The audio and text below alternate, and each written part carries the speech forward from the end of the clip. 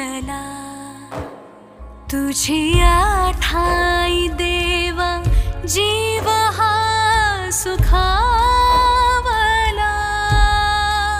सज्जनांचा मेळा वाळवंटी विसावला।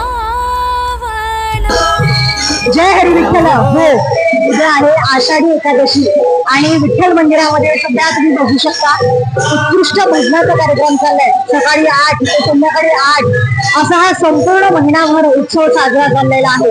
यासोबतच आणखी उत्सव या ठिकाणी साजरे केले जातात। आम्ही सध्या आहोत जुने शहर या ठिकाणी असणाऱ्या विठ्ठल मंदिरामध्ये।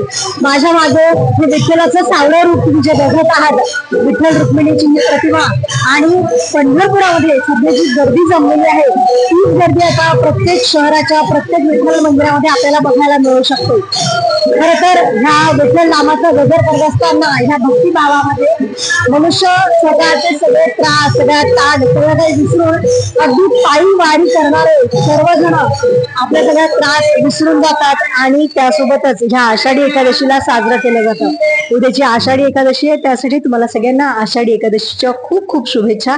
आणि त्यासोबतच ह्या आषाढी निमित्त तुम्ही कशा पद्धतीने व्रतवैकल्य करणार आहे ते सुद्धा आमच्यासोबत नक्की शेअर करा। आणि अधिक माहिती आणि आमच्या ह्या अकोला शहराच्या नवीन अपडेटसाठी जनस्वातंत्र्य न्यूज चॅनलला सबस्क्राईब करा।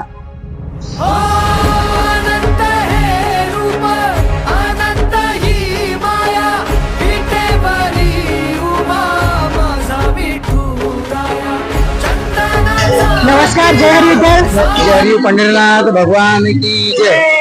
आम्हाला हे जाणून घ्यायचंय, ह्या विठ्ठल मंदिराला आता किती वर्ष झाले? त्या मंदिराला 321 वर्ष पुरातन मंदिर आहे। या मंदिराला पहिले घरासारखं वाहे होतं आणि गर्भगृहामध्ये रिंगण टाकलेलं होतं। आज म्हणजे 20 वर्ष झाले लालाजी आपले गोवर्धनजी शर्मा यांच्या हात स्वास्थ्य यांचा जीर्णोद्धार झालेला आहे। याचे व्यवस्थापक म्हणजे आता रमेश अलकरी हे या मंदिरचे व्यवस्थापक आहे आणि सर्व सेवा अधिकारी सध्या श्रीकृष्णाजी शर्मा लालाजीचे सुपुत्र हे सर्व मिळून हे मंदिरचा कारभार पाहतात।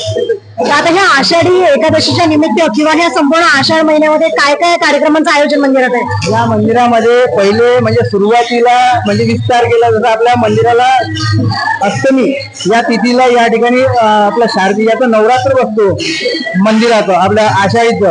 आणि ते नवरात्र स्थापन झाल्यापासून या मूर्तीचे म्हणजे आपण याचा अभिषेक करतो। आषाढी एकादशीला सकाळी 4 वाजता श्री कृष्णाजी भैया यांच्या हस्ते मूर्तीला महापूजा अभिषेक होतो। त्यानंतर 4 वाजल्यापासून हे मंदिर मध्ये गर्दी जे चालू होतो तर रात्री 12 ते 1 वाजेपर्यंत म्हणजे गर्दी चालू राहते। तर सर्व लोक दर्शनाला येतात। या मंदिराचं वैशिष्ट्य आहे की ते जे दर्शनाला येतात आणि त्यांची जे कामना असेल देवांच्या कानामध्ये सांगितले की ते परिपूर्ण होते, असं याचं एक वैशिष्ट्य आहे। धन्यवाद तुझे, धन्यवाद। तेव्हा हे होते ह्या विठ्ठल मंदिराचे गुरुजी आणि त्यांनी सांगितलेलं आहे की विठ्ठलाच्या कानात जर तुमची मनोकामना सांगितली तर ती नक्की पूर्ण होते, ती नक्कीच पूर्ण होणार आहे। आणि खऱ्या मनाने, शुद्ध मनाने जर आपण विठ्ठलाकडे प्रार्थना केली तर ती खरोखर फळास येत असते। तेव्हा या आषाढी एकादशीच्या तुम्हाला सगळ्यांना खूप खूप शुभेच्छा। जय हरी विठ्ठल।